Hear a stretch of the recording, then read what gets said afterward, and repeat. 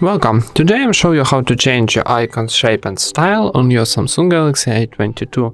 First of all, go into Settings, then scroll down and find Themes options, click, and at the bottom we got a theme, wallpapers and icons, so click icons, and on the top we got payment icons, so need to buy this, and when we scroll down, on the bottom we got other